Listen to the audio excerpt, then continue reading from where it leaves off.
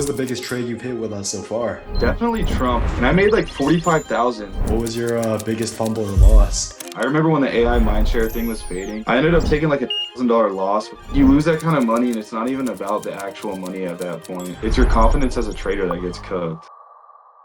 Yo, what's good, bro? What up, man? How are you? I'm alright too. What about you? I'm good, dude. Just chilling. Appreciate you joining me today and sharing your experience of working with me and the rest of the team at Fortune. So let's just get this started. I mean, can you give us a little bit of an intro, who you are, what you do? Just kind of want to give the audience a little bit of context here. Yeah, I've been trading meme coins now for about 8 months. I started working with Alex and the Fortune team. I think it's been about half of a year. And honestly, I'd say it was pretty easy to get the hang of for me at least, because it's, the whole idea is it being an attention market. And I do content on the side for context. And that's like literally my whole job is figuring out what videos are going to get attention. I got the hang of it pretty easily. So you were doing this on the side with like a bunch of other things going on then. I can honestly imagine, bro, all that staying up, filming content every day, that dedication really translates into crypto, where honestly all just about showing up, being glued to your screen that entire time. So can you tell us a little bit more about that kind of backstory you got? Yeah, I mean, for context, I'm from like a super small town in the middle of nowhere. One of my best friends, we, decided to give like the whole content YouTube thing and like give it a shot, really. And honestly, like where I'm from, you can't film. Like we have to travel 24/7 because there's no content where I'm from. So, I mean, I don't know, like going to New York and being broke, can't afford an Airbnb, can't afford a hotel. So me and my buddy will literally just be sleeping in a car for 5 days, just grinding out content 24/7. And I think through that, I developed a lot of discipline, grinding like that. That honestly transitioned pretty well into crypto. In crypto, you got to be locked into your screen 24/7 so you don't miss any runners. And when I got into the space, I was honestly seeing like all of these crazy P&Ls, and that made me realize like this is literally a once in a lifetime opportunity. So I slowed down on content like a lot, honestly, and I put everything into crypto, like money, time, everything. I was grinding crypto, honestly trying to take advantage of the current market because I didn't want to miss out on it. Because I thought to myself too, like, okay, if I can get all this money from crypto, I can reinvest in like, other business ventures, content, not having to sleep in hotels when I'm filming. And I literally just put everything into crypto. That's fire, bro. I mean, everybody in this space, I feel like everyone has this same goal of trying to reach that level of financial freedom, do what they really want to do. You mentioned how you got the hang of all this really easily. I feel like I can say the same. I mean, with our generation, all the content and everything we're exposed to, I feel like that just gives us an edge in this kind of market. Even then, it still took me like 2 months to become profitable on my own. I mean, how long did it take you? Okay, it took me quite a bit of time, honestly, and I took some losses on my own here and there, but I think a month I was pretty profitable, honestly. What was your trading style like at the start? I was trading like a scalper, honestly, just so my profits were a little more consistent. You were pretty much playing volume and selling for quick profits here and there, short-lived narratives like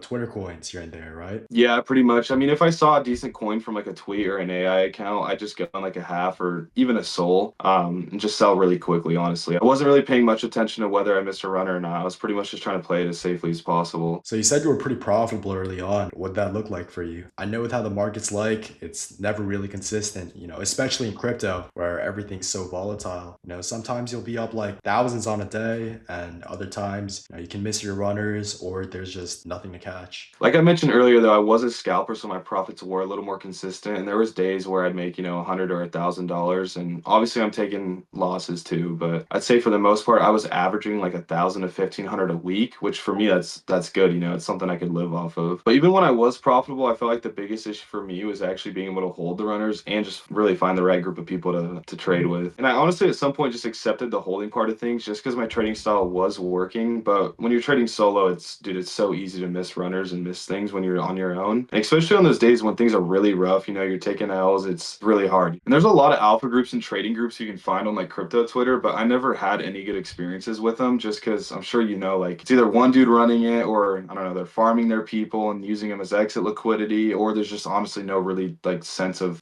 community. And a lot of them don't even have good traders. Or, there are good traders too, but they're typically already in their own private circle and then they're just joining in, calling their own coins and using people for exit liquidity. And that's when I came across Fortune too. I mean, you guys had crazy branding, you guys were getting insane P&Ls, and you were live trading. And I don't know, at the time I didn't think I had too many issues as a trader because I was profitable, but I still thought there was something I could get out of the group.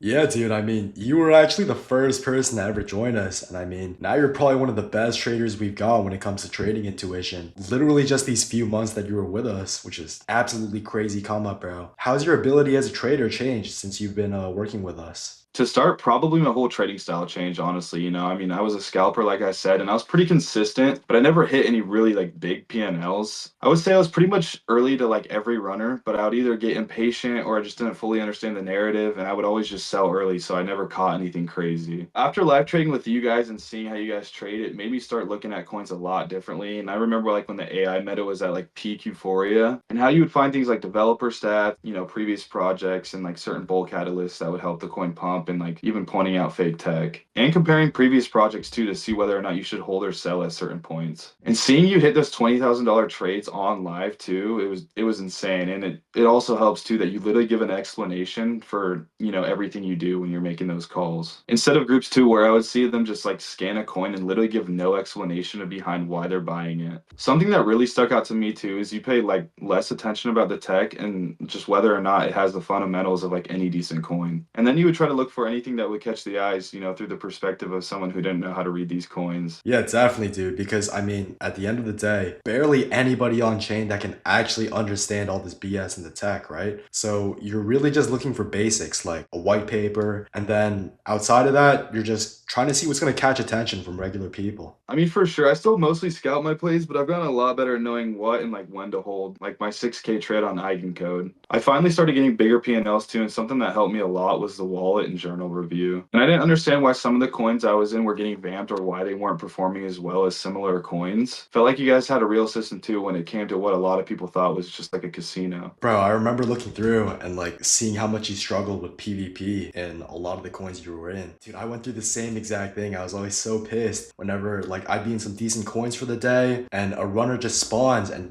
sucks all the liquidity out of everything I was in before. Moving on, what was the biggest trade you've hit with us so far? Definitely Trump, honestly. I was a little late because I wasn't at my PC, but I remember you telling me like there's no way that the most popular man dropping a coin won't do better than any other coin on the market. And I made like 45,000. That's honestly not a lot compared to what other people made off the coin, but for me personally and at like where I was at the time, like that was life-changing money. No, that was insane, dude. Genuinely really proud. No, you executed that trade really well. You also cooked off routine, didn't you? Yeah, that was a huge cook for me. I made like 17K on that, and I saw how viral it was getting, and I realized, the potential that coin has, and just like even how my friends would even like end up making videos of the viral routine. Something with that much potential for like normie attention, I knew it would blow up like easy. I remember you pointing that out like while I was on call with you. Like that was a crazy play on your end. You're making like what, 40K a month these days? Honestly, it's been really up and down. Obviously, like how the market is these days. I remember back in February, I was making like 10,000 a day sometimes, but obviously it's slowed down quite a bit. And obviously, I'm still hitting cooks here and there too, but I'd say like monthly, I'm still averaging like 35 to 40K. I did do 70 in January, but like I said, the market just isn't like peak euphoria right now to where it was. So it's been a little slower. So I'm just making like really any money I can right now, grinding, getting my skills up. So in hopes that, when we're at euphoria again with the market, I'll be ready to go. That's literally the exact mindset everyone needs to have. Making sure you're always ready during that kind of like slower period is literally what separates the people who make it from like those who fall off when the next wave comes. And that's going to be how you catch the runner that completely revives the market. With where you're at now, what would you say is the biggest thing you've learned from this whole journey so far? I remember trying to improve my trading style and try to identify what runners will like actually hold, but I was always overthinking and mid-curving stuff. I was so used to papering too and just getting shaken out by like some of the dumbest FUD. And I learned too that people will always try to find a reason to like bring those coins down too if they don't have a good entry or like any entry at all really. And you need to figure out what's happening on the timeline that's actually going to affect your bags. Like when Melania dropped, you told me to instantly sell like whatever I had in Trump because liquidity on chain would be diluted if there's two president coins on market.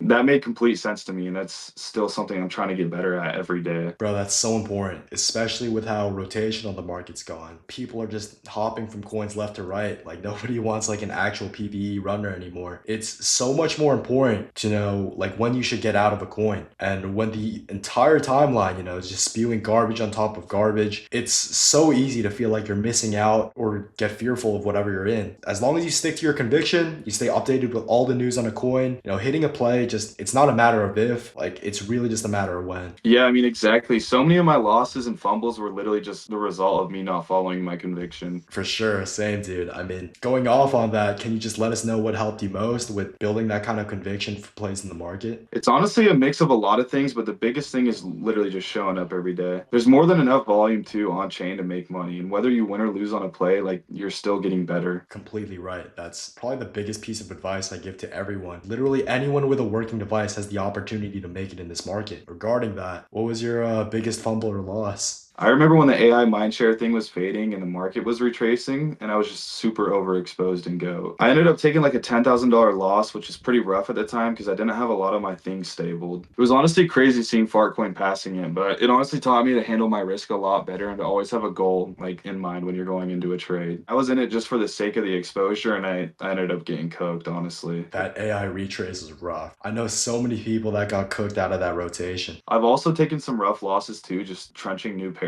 out of greed. One thing that helped me with that though was honestly just keeping my trenching wallet pretty low. I used to stack most of my money in two wallets, and I remember I had like a lot of my port in my trenching wallet. And when you're trenching with over 200 SOL in your wallet, it's really easy to throw away like money at coins and lose focus. And yeah, I mean those 2 to 3 SOL losses, they build up, and like I restricted myself to like having 25 SOL in my wallet, and honestly just became a lot smarter with my trades. Yeah, for sure. It's so easy to become lenient with your losses when you're like trading with such a high balance. And that's exactly how I burnt my first six figures that I made. Honestly, it's pretty crazy how like just controlling your trenching, limiting your trades can be the difference between bleeding your wallet versus just like stacking up month after month. So, how do you deal with that and come back from those losses? At first, bro, it honestly kind of messed with me pretty heavy. I don't know, like you lose that kind of money, and it's not even about the actual money at that point. It's your confidence as a trader that gets cooked. I went through a phase two where like I didn't even want to touch the market. Like I would open up a chart to look at a coin and felt like it was just a setup for me to lose money. Eventually, though, I realized the only way out of it was literally just to detach myself emotionally. I literally just hung out with friends more and just experienced life just to clear my head. And when I got back on the charts too, I like forced myself to focus on execution rather than just like the P&L. And if I followed my system and filtered too, like it didn't matter if I won or lost a trade really. As long as I followed my rules, really it was a W no matter the outcome. And when you hit your first like big P&L too after that kind of loss, you just start to see the game in a different way. And it was honestly probably like one of the hardest things I went through, but like looking back on it, that's what developed me into the trader I am now. That's awesome, bro. I mean, a lot of people think trading is just about finding the next good coin, but it's really about surviving the tough parts without completely crashing out. I mean, I went through the same exact thing the first time I round trip my port. Now that you're past that phase, what's your main focus going forward? Are you going to scale even harder this next wave, or are you looking at building something else like your content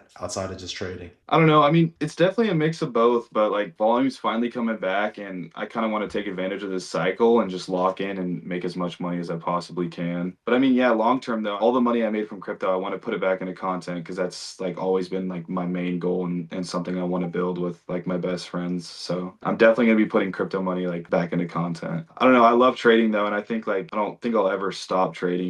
And the ultimate goal is freedom here, and I think the market is just helping me getting closer to that freedom. For sure, bro. I feel the same exact way. Seriously appreciate you hopping on and sharing everything today. It's honestly pretty crazy to see how far you've come. I know your mindset, how you've been in fortune. This is really just the beginning for you. I mean, excited to keep seeing you cook and, start building out everything you've been talking about because this next wave of volume is going to be insane. And I already know you're going to be one of the ones to make it out. Yeah, man, I appreciate you too, and like everything you've done for me and taught me, and same with like all of Fortune. I'm super grateful, but I'm excited to keep cooking with you guys. Of course, bro. Once again, appreciate your time here. Yep. Peace. Later, man.